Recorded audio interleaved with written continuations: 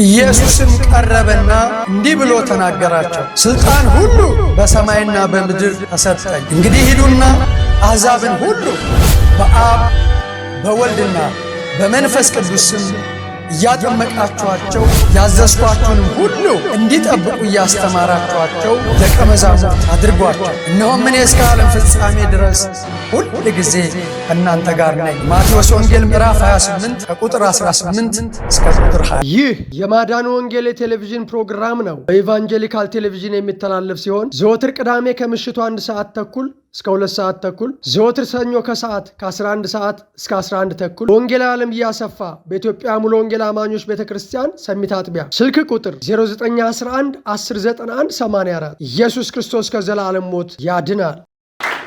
እንደዚህ አጋጣሚ ሳልጠቅስ ማላልፈው እቺ ቤተክርስቲያን ተስፋ አላት። አሜን። ኢትዮጵያ ተስፋ አላት። አሜን። እኔ አሁን ይሄን ትራትና ነው የሚፍለቀለቅ ወጣት እና ነገ ምናልባት ማንም ከዚህ ራሱ ቢያነጻ የክብር ቃል ነው አይደል የሚለው የሚጠቅም የክብር ቃል እና ብዙ የክብር ቃል የሚሆኑ አሉ እና እግዚአብሔር ይባርክህ፣ እግዚአብሔር ይባርካችሁ፣ ሁላችሁንም እግዚአብሔር ይባርካችሁ። በእውነት ታዲያ እግዚአብሔር ይባርክህ።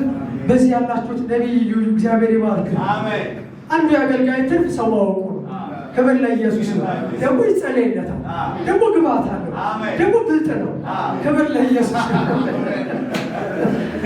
እና የሰማይ አምላክ እግዚአብሔር ይባርካችሁ። ሁላችንም ሐዋርያት ሥራ ምዕራፍ 10 እናወጣለን። የማያወጣው ሰው እንዳይኖር ትእዛዝ ነው። ሐዋርያት ሥራ ምዕራፍ 10 213 ገጽ ከቁጥር 24 ጀምሮ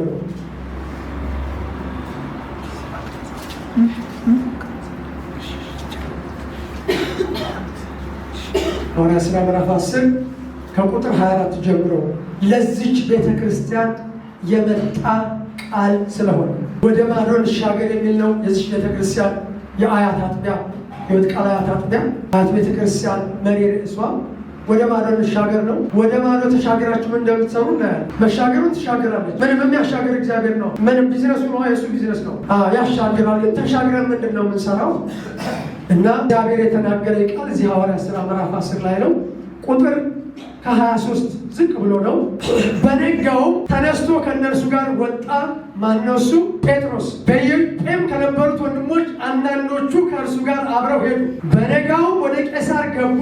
ቆርኔሌዎስም ዘመዶቹንና የቅርብ ወዳጆቹን የሚገርም ሰው መቶ አለቃ ነው፣ ግን ከቤተሰቡ ጋር የሚኖር ለቤተሰቡ ስፍራ ያለው ሰው። ለቤተሰቦቻችን ስፍራ እንዲኖረን ጌታ ይርዳል። የቅርብ ወዳጆቹን በአንድነት ጠርቶ ይጠባበቃቸው ነበር ይላል። ማንን ነው የሚጠባበቀው? ጴጥሮስን። ወዳጆቼ እንዲያው የእግዚአብሔርን ነገር መጠባበቅ ይሆንልን። ምክንያቱም በጠበቅነው ልክ ነው የምንቀበለው። ምንም ምርጫ ይሄ ሂሳብ ነው ወዳጆች፣ የእግዚአብሔር ሂሳብ እና ይጠባበቃቸው ነበር። ጴጥሮስም በገባ ጊዜ ቆርኔሌዎስ ተገናኝቶ ከእግሩ በታች ወደቀና ሰገደለት። ማን የሰገደው? እስቲ መቶ አለቃ በሉ፣ እስቲ ሻለቃ በሉ፣ እስቲ ኮሎኔል በሉ፣ እስቲ ጀነራል በሉ። ወዳጆቼ የእግዚአብሔር ማዕረግ ስለሚበልጥ ሰውየው ስለሚያውቀው መቶ አለቃ ነው፣ ግን ጴጥሮስ ሰገደ። ልክ ነው፣ ልክ አይደለም እናየዋለን። ጴጥሮስ ግን ተነሳ፣ እኔ ራሴ ደግሞ ሰው ነኝ ብሎ አስነሳው። መጥምቁ ዮሐንስ ያለውን ታውቃላችሁ? ቁጭ ኢየሱስን ነበረ እኮ መጥምቁ ዮሐንስ፣ ግን ያለውን ነገር ታውቃላችሁ? ወደዛ ውስጥ አልሄድም እና እኔም እናንተ ሰው ነኝ አለ። እንደው በእውነት በዚህ ዘመን እግዚአብሔር ሲያከብረን አንዲት እህት ምን አለች? ከአመድ ነው ገለጥ ገለጥ አድርጎ ያነሳኛል። አንዳንዶች ከአፈር ነው ይላል፣ እኔ ደግሞ ከሽንት ቤት ነው ላለ። ራሱን የቻለ በጣም ታሪክ ስላለው የህይወት ምስክርነት የለቀቀዋለኝ እና እግዚአብሔር እንዲህ ሲያነሳንና ሲያከብረን እኔም እንደናንተ ሰው ነኝ ማለት ይኖ አቤት አቤት እና እኔም እናንተ ሰው ነኝ ብሎ አስነሳው። ከእርሱም ጋር እየተነጋገረ ገባ። ብዙዎችም ተከማችተው አግኝቶ አይሁዳዊ ሰው ከሌላ ወገን ጋር ይተባበር ወይም ይቃረብ ዘንድ እንዳልተፈቀደ እናንተ ታውቃላችሁ። አይገርምም? አጥርና ድንበር አለ። አሁን እኛ አጥርና ድንበር ሰርተን የራሳችን ዕቁብ፣ የራሳችን ሰፈር፣ የራሳችን ሀገር እንዳለን ማለት ነው። እና አጥርና ድንበር ሰርተዋል። አይሁዳውያን ከሌላ ጋር ምን አይሉ? አይተባበሩ። በምንም ተአምር ማህበራዊ ኑሮ አይፈጽሙ። ጌታ ኢየሱስ ያላትን ያችን ሳምራዊት ሴት ታውቃላችሁ? ሳምራዊቷ ያለችው አይሁዳዊ ከመሆኑ ከኔ ጋር አንተ አይሁዳዊ ስትሆን እኔ ሳምራዊ ሲሆን እንዴት እንደዚህ ሆን ካለችው ማለት ነው። የኔ ጌታ አጥርና ድንበር ጥሶ ሄደ። ክብር ለኢየሱስ ይሁን። ወዳጆቼ መጣ ሲሆንልን እና እናንተ ታውቃላችሁ። ለእኔ ግን እግዚአብሔር ማንንም ሰው እርኩስና የሚያጸይፍ ነው እንዳልን አሳየ። አቤት አቤት አቤት! ማንንም ሰው ትንሽ ነው እንዳልንቅ። በጣም ወዳጆቼ መጠንቀቅ ያለብን እግዚአብሔር ታናሽ ከምንለው ጋር ሲጀመር እኮ ምርጫው ሲነጋገር ብዙ አዋቂዎች ነበሩ፣ ባላባቶች ነበሩ። አንድ ነገር መጣ። የዓለምን ምናምንቴ አላለ። ምናምንቴ ማለት እኮ ከመጣን ውጭ ምንም ዕድል የሌለው ማለት ነው። የዓለምን ምናምንቴ ምን አደረገ? መረጠ። የተናቀው ምን አለ? መረጠ። የተናቀ ነገር እንዴት ነው የሚመረጠው? የእኛን መስፈርት ታውቁታላችሁ። በተለይ በዚህ ዘመን ያለው አንድ ጊዜ የሕክምና ባለሙያ ሆኜ እየሰራሁ አንድ ክሊኒክ ላይ አንድ ባላባት መጡ። መጋሽ እና መጡና ከጎን ካፌ ያለን ካባ ደርበዋል፣ ጭራ ይዘዋል፣ ያስታውቃሉ ፊውዳል እንደሆነ እና ተጠቀሙ። የሆነ ነገር ተጠቀሙና ወዳጆቼ ተጠቀሙ። የተጠቀሙትን ነገር ተጠቀሙ። ከዛ በኋላ ሂሳብ ስንት ነው አሉ። ነገረቻቸው። ወደዚህ ሊገባ አልፈለጉም። ትምህርት ስለሆነ ነው እንግዲህ እግዚአብሔር እንዳደረገ መሆን ጥሩ ነው። እና ከዛ በኋላ መጣች፣ ነገረቻቸው። ወዳጆቼ በሕያው እግዚአብሔር ፊት ሳንቲሙን መሬት ላይ ያስቀመጡት እና መጣችና ከመሬት ወሰደች። በኋላ ጠየኳቸው። ነጭ ጋዋን እንደለበስኩ አይተዋል። ሐኪም እንደወጡ ገብቷቸዋል። እስቴታስኮፕ ይዣለሁ እና አባባ አልገባኝም፣ ይቺ ምስጢር ምንድን ነች? የኔም አባት በአጋጣሚ ፊውዳል ስለነበረ ባለቃራን የሚባሉ ስለነበረ እና ምንድነው ብዬ ጠየኳቸው። የብዙ ሰዎች እግር እያጠብን ሊትራሊ እግራቸውን ስመናል የባል አባቶች እና ምንድነው ብዬ ጠየኳቸው። አይ ልጄ ከእጅ መቀበል የለባትም፣ ይሄ የመኳንንቶች ባህልና ወግ ነው። ምክንያቱም ከእጅ ከተቀበለች ራሱን የቻለ ትርጉም አለው። ኢየሱስ ለሰው ልጆች ሞተ፣ ተቀበረ፣ ተነሳ፣ ለምጻሙን ሄዶ ዳሰሰ። ወዳጆቼ ምን ያላሰሰው ነገር አለ? ምን ያለካው ነገር አለ? ኢየሱስ እና እነዚህ ሰዎች አጥርና ድንበር ሰርተው ግን ምን አለ? ማንንም ሰው ምን እንዳልንቅ ያ ሰውዬ ያ መኳንን ግን በኋላ ደስ የሚለው በዛ አጋጣሚ መሰከርኩለት። አንተ እያልኩ ነው የመሰከርኩለት። የኔ ጌታ እግዚአብሔር አለማክበር አለ። ማንንም ሰው እንዳልንቅ አለ። ምክንያቱም እግዚአብሔር ምን ብሎት ነበረ? አሳይቶት ነበረ። በሸማ የተጠቀለለ እየወረደ እያለ አሳይቶት ስለነበረ እና እንዲህ ይላል፣ እንከታተል። ለእኔ ግን እግዚአብሔር ማንንም ሰው ርኩስና የሚያጸይፍ ነው እንዳልን አዘዘኝ። ስለዚህም ደግሞ ብትጠሩኝ ሳልከራከር መጣሁ። አሁንም በሉ አሁንም በምን ምክንያት አስመጣችሁን ብዬ እጠይቃችኋለሁ። እኔ አንድ ጥያቄ ጠይቅ። የኢትዮጵያ ሕይወት ቃል ቤተክርስቲያን መጋቢ ልጠይቅ ነው። ለምን አስጠራችሁን? ለምን አስመጣችሁ? ለምን ጋበዛችሁን? ማንም ሰው እንደሚጋበዘው ልማድ እንደሆነው እና እንዲህ አለ። ለምን አስመጣችሁኝ ብዬ እጠይቃችኋለሁ። አንዳንድ ጊዜ ሰዎች ርዕስ ይሰጧችኋል። አንዳንድ ጊዜ ግን እኔ ሰውዬው መቶ አለቃው እንዴት አይነት ጨዋ እንደሆነ በኋላ እናየዋለን፣ ምን አይነት ኳሊቲ እንዳለው። ከመቶ አለቃነት ባለፈ ከስልጣን ባለፈ ምን አይነት ኳሊቲ እንዳለው እናያለን። ግን ጠየቀ። እንዴት አይነት ብልህ ሰው እንደሆነ ተመልከቱ። ዛሬ እኔም እጠይቃለሁ። ቀጥሎ ያለውን ተመልከቱ። ቆርኔሌዎስም እንዲህ አለው፣ በዚህ ሰዓት የዛሬ 4 ቀን የ9 ሰዓት ጸሎት በቤቴ ጸልይ ነበር። ምን አይነት ሰው ነው ይሄ ሰው? በዚህ ሰዓት እስቲ ጸሎት ያቃተው አሁን አይጭጭማ ትወጣ እንዴት ሆነ? ካሜራም ማለት አይወጣም። ወዳጆቼ ያቅቶኛል በ9 ሰዓት መስሎኝ። ጌታ ይድረስልን። አሜን። እና በ9 ሰዓት ስጸልይ አለ። አንድ ኳሊቲ በሉ ይሄ ሰው ምን የሚል ነበር? በ9 ሰዓት ይጸልይ ነበር። እጸልይ ነበር። እነሆ የሚያንጸባርቅ ልብስ የለበሰ ሰው በፊቴ ቆመና፣ በዛኛው እዚሁ ምዕራፍ ላይ መልአክ ይለዋል። ቆመና ቆርኔሌዎስ ሆይ በእግዚአብሔር ፊት ጸሎት ተሰማ፣ 2 ምጽዋትህ ታሰበ። እንግዲህ ወደ ኢዮጴ ልከህ ጴጥሮስ የተባለውን ስምዖንን አስጠራ። እርሱ በጉልበት ፋቂው በስምዖን ቤት በባህር አጠገብ በእንግድነት ተቀምጧል አለኝ። ስለዚህ በሉ ያን ጊዜ ወደ አንተ ላክሁ፣ አንተም በመምጣትህ መልካም አድርገሃል። እንግዲህ አንተ ከእግዚአብሔር ዘንድ የታዘዝከውን ሁሉ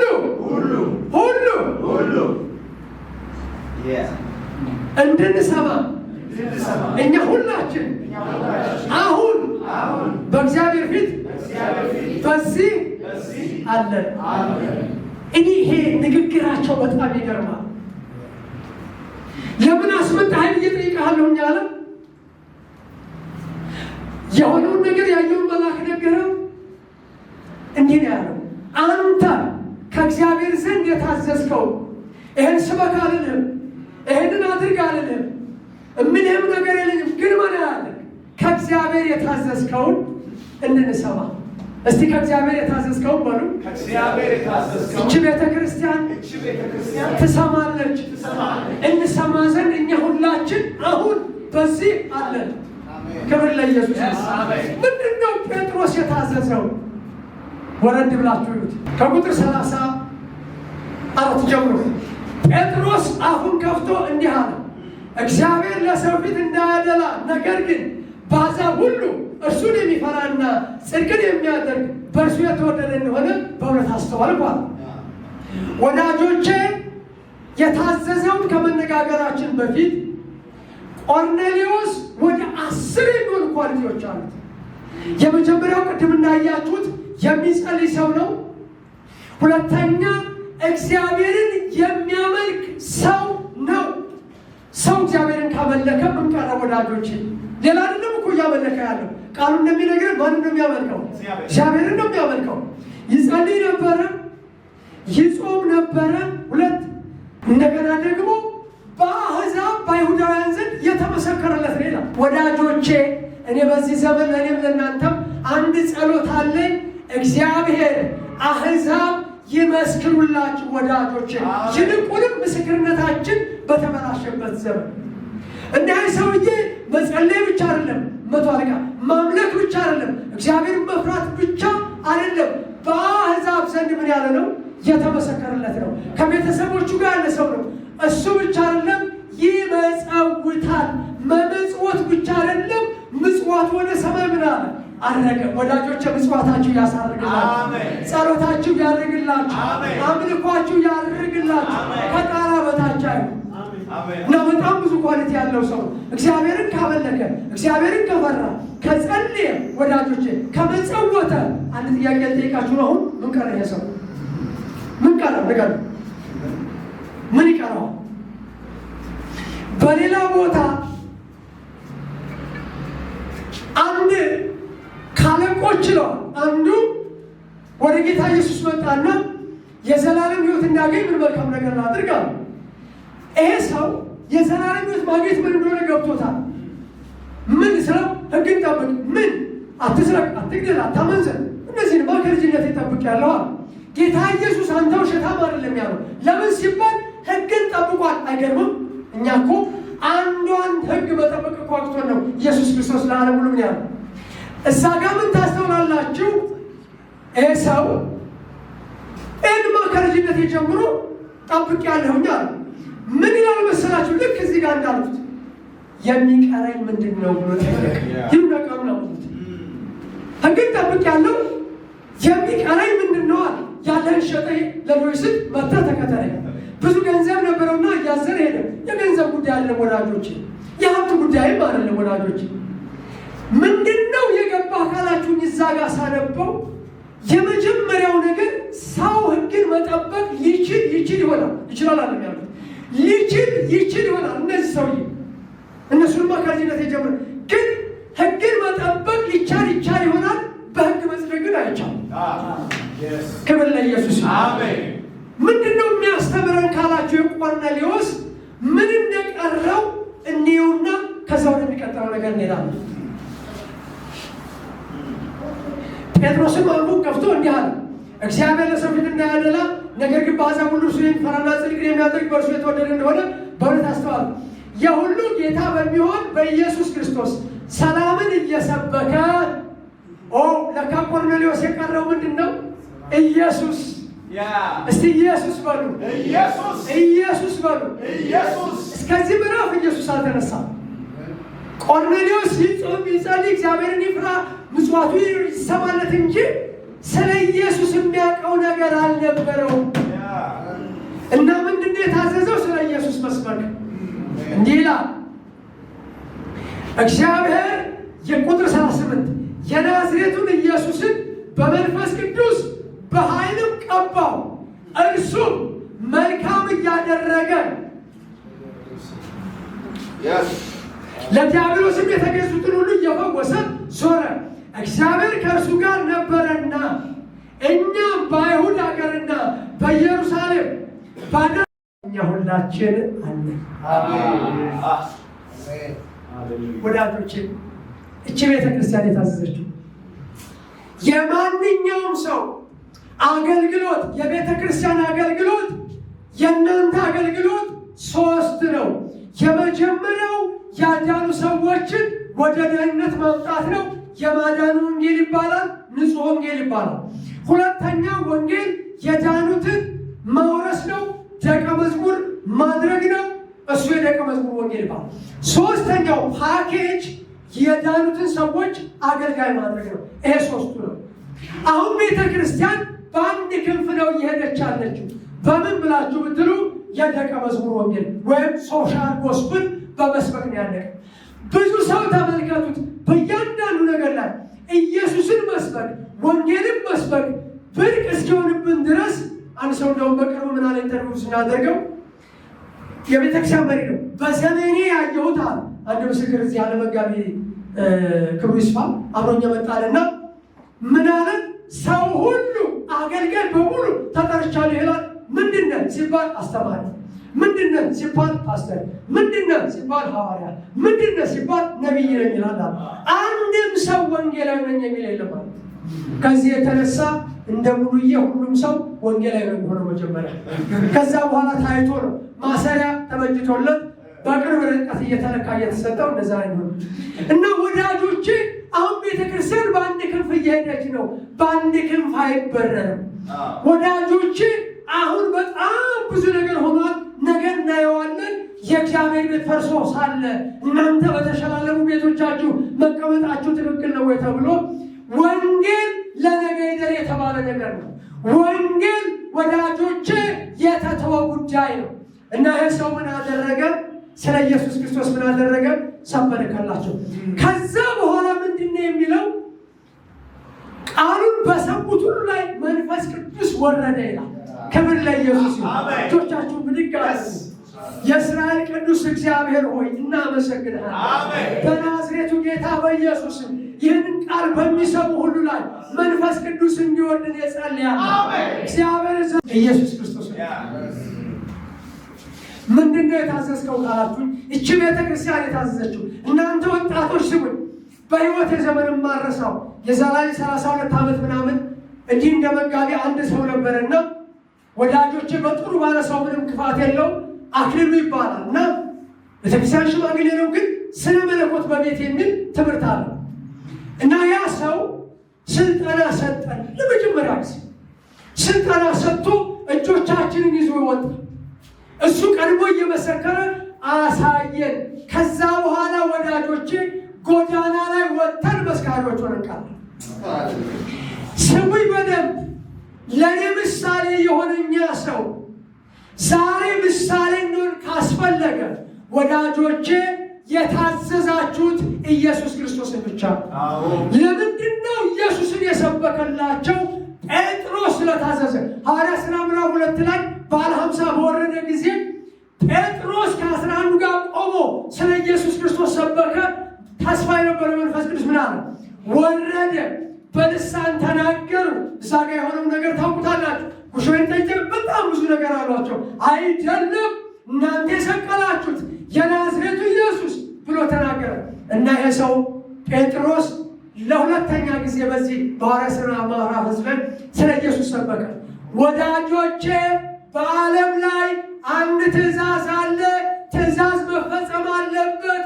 ያም ትእዛዝ የመጀመሪያ ጉዳይ ወደ ዓለም ሁሉ ሂዱ፣ ወንጌልን ለፍጥረት ስበኩ፣ ያመነ የተጠመቀ ይድናል፣ ያላመነ ይፈረድበታል።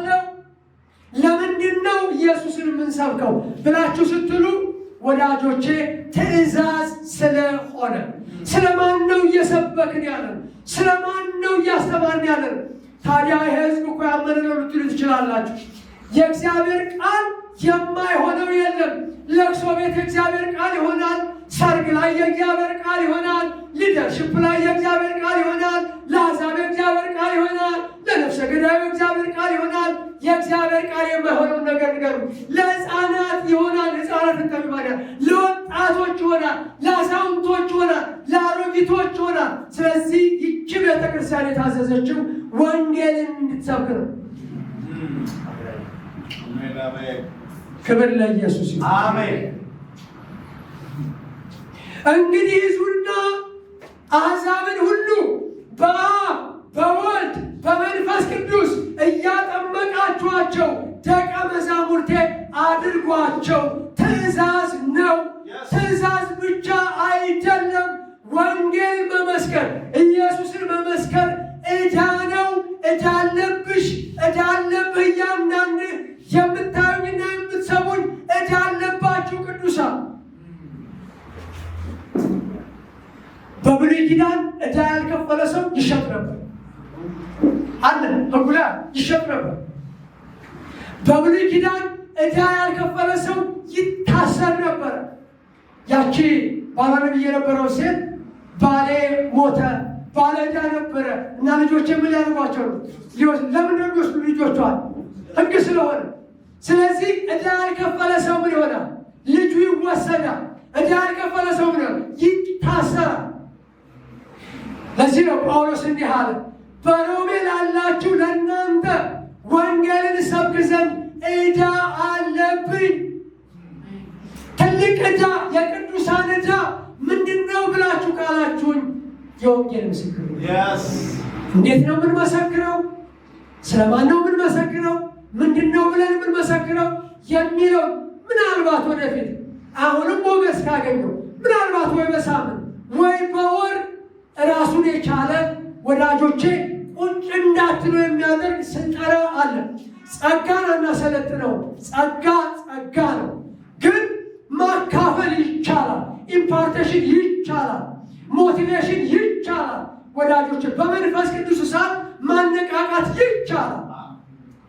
እና ይህች ቤተክርስቲያን የታዘዘችው ኢየሱስን መስበክ ነው። ለምንድን ነው የምንሰብከው ተብሎ ሲባል ወዳጆቼ ጳውሎስ እንዲህ አለ፣ ሁል ጊዜ የምንለው ግን ተግባራዊ ይሁን፣ ከእውቀት ያለፈ ተግባራዊ ይሁን። አይሁድ ምልክትን ይሻሉ፣ የግሪክ ሰዎች ጥበብን ይሻሉ። አሁን በዓለማችን ላይ የተለያየ ነገር እንደሚደረግ ቴሌቪዥን ስትከፍቱ የተለያየ ነገር እንደሚደረግ፣ እኛ ግን የተሰቀለውን ኢየሱስን እንሰብካለን። ይህች ቤተ ክርስቲያን በዓለም ላይ የሚሰሙ ቅዱሳን ኢየሱስን መስበክ ይሆንልን። አሜን። ፊልጶስ ለምንድነው ኢየሱስን የምንሰብከው? ፋና ወጊዎቻችን ሐዋርያት ስለ ኢየሱስ ስለሰበኩ። ሰማርያ ወርዶ ኢየሱስን ሰበከላቸው። የሰማርያ ሰዎች ምን አሉ? አመኑ። ወዳጆቼ ኢየሱስ ሲሰበክ ያልዳኑ ሰዎች ይድናሉ። ከዚህ በላይ ምን እረፍት አለ? ከዘላለም ሞት ይድናሉ። ከገሃነም እሳት ይድናሉ። ከጨለማው ስልጣን ይድናሉ። ወዳጆቼ ከበሽታ ይድናሉ። የምወደው እባካችሁ እባካችሁ እንዲህ ይመስክርላችሁ። አባቱ መሰከረለት። ወዳጆቼ በለበሰው ሥጋ እንጂ እሱማ እኩላቸው በስም በአካል በግብር ሦስት በመለኮት በአገዛዝ በባህሪ አንድ። ወዳጆቼ አቤት አንዱ ለአንዱ ሲገዛ፣ አቤት አንዱ ለአንዱ ሲታዘዝ እኛ እኮ አቅቶናል እኮ። አንዳችን ለሌላችን ራሳችን ሰሚት ማድረግ አቅቶናል እኮ። ወዳጆቼ እግዚአብሔር ብቻ አይደለም የሚገርመኝ፣ ሰው ስለ ራሱ አይሰብክም። ኢየሱስ ግን ስለ ራሱ ነው የሰበከው። እኔ የዓለም ብርሃን ነኝ፣ የሚከተለኝ የዓለም ብርሃን። በዚህ ሚዲያ የምትከታተሉ ኢየሱስ የዓለም ብርሃን፣ የሚከተለው ብርሃን ይሆንለታል። እና እኔ ሕይወትና ትንሣኤ ነኝ አለ ለማርያም። የሚያምንብኝ ቢሞት እንኳ እሱ ምንድን ነው የሚገርመኝ እኮ የተንጠለጠለ አረፍተ ነገር ማለት እኔ የዓለም ብርሃን ብሎ የሚከተለኝ ይኖራል፣ ብርሃን ይሆንለታል። እኔ ሕይወትና ትንሣኤ ነኝ ብሎ ወዳጆቼ እግዚአብሔር ሙሉ ነገር ነው ያለው። ወደ ሰማይ ሄዶ ማን ያመጣልና እንዳትል፣ ባህር ተሻግሮ ማን ያመጣል እንዳትል፣ ቃሉ በልብህ በአፍህ ብሎ ነው ብለህ ቀርቦልሃል። ክብር ለኢየሱስ። ኢየሱስ ክርስቶስ የሰበከው ስለ ራሱ የእግዚአብሔር መንፈስ በእኔ ላይ ነው። ያለ መንፈስ ቅዱስ አይሆንማ። ያለ መንፈስ ቅዱስ ምሪት አይሆንማ። ያለ መንፈስ ቅዱስ ወቀሳ አይሆንማ። ያለ መንፈስ ቅዱስ ኃይል አይሆንማ። የእግዚአብሔር መንፈስ በእኔ ላይ ነው፣ ለድሆች ወንጌልን እሰብክ ዘንድ። ድሃ ማለት ትርጉሙ ኢየሱስ የሌለው፣ ኢየሱስ የሌለው፣ ኢየሱስ የሌላቸው ሀብታሞች። ክብር ለኢየሱስ። ለድሆች ወንጌልን እሰብክ ዘንድ ቀብቶኛል። ወዳጆቼ የተቀባ ሰው መታወቂያው ትንቢት መናገር አይደለም። ነው አንዱን ለመገንባት አንዱን አናፈርስ። የማፍረስ አገልግሎት የለንም። ሁሉም ተደጋግፎ ይሄዳል። ግን እንደ ኢየሱስ ክርስቶስ እዚህ ሐዋርያት ሥራ ምዕራፍ 10 ላይ እንዳነበባችሁ ጴጥሮስ እንዳለው ኢየሱስ ክርስቶስ መንፈስ ቅዱስ በኃይል ቀባው። ለካ ኃይል ያስፈልጋል። ለካ ኃይል ያስፈልጋል። በኃይልም ቀባው። እግዚአብሔር ይቀባችኋል። እግዚአብሔር ይቀባችኋል። በኃይል ቀባ ይበሉ እስቲ። በኃይል ቀባ ይበሉ። ግን ለምንድን ነው የምትቀቡት? እይታችሁን ያስተካክልላችሁ። በኃይልም ቀባውና ለዲያብሎስ የተገዙትን ነፃ እያወጣ ዞረ። የዚች ቤተ ክርስቲያን የአያት አጥቢያ የኢትዮጵያ ሕይወት ቃል ቤተ ክርስቲያን የአያት አጥቢያ ወደ ማዶ እንሻገር ብላ ስትል ምን ለማድረግ ነው? የመጀመሪያው ወደ ማዶ የምትሻገረው ወዳጆቼ በጌርጌሴኖን በመቃብር ስፍራ የሚኖር በዘመኑ አጠራር ራቁቱን መለመላውን የሚሄድ እብድ፣ በዘመኑ አጠራር ምንድነው ቀራባ ነው የሚባለው፣ እሱን እየበላ ወዳጆቼ ፌስታል ይዞ በጎዳና የሚሄድ ሰው አለ። ይሄ በዘመኑ አጠራር ነው ያሉት። ወዳጆቼ በዚህ ዘመን ብቻውን እያወራ የሚሄድ አለ። ወዳጆቼ በዚህ ዘመን ዙሪያውን ጨለማ የሆነበት ሰው አለ እና በጌርጌሴኖን በመቃብር የሚኖር ወዳጆቼ መቃብር መኖሪያ ቀርቶ ሲያዩት ይቀፋል። መቃብር ስታልፉበት ይዘገንናችኋል። ሰውየው ግን መቃብር ይኖር ነበር። በመቃብር የምትኖሩ ኢየሱስ ክርስቶስ መጥቷል። ኢየሱስ ክርስቶስ መጥቷል እና በመቃብር ይኖር ነበር። መኖሩ ብቻ አይደለም የሚገርመው፣ ተደራራቢ ችግር አለ። በእንቅርት ላይ ጆሮ ደግፍ፣ በበኋላ ቆረቆር እንደሚባለው ወዳጆቼ ተደራራቢ ችግር ያለበት ሰው ነው። በሰንሰለት ማንም ሊያስረው አይችልም ነው የሚለው። አይ ቃል በቃል አንብቡት። ማንም ሊያስረው አይችልም።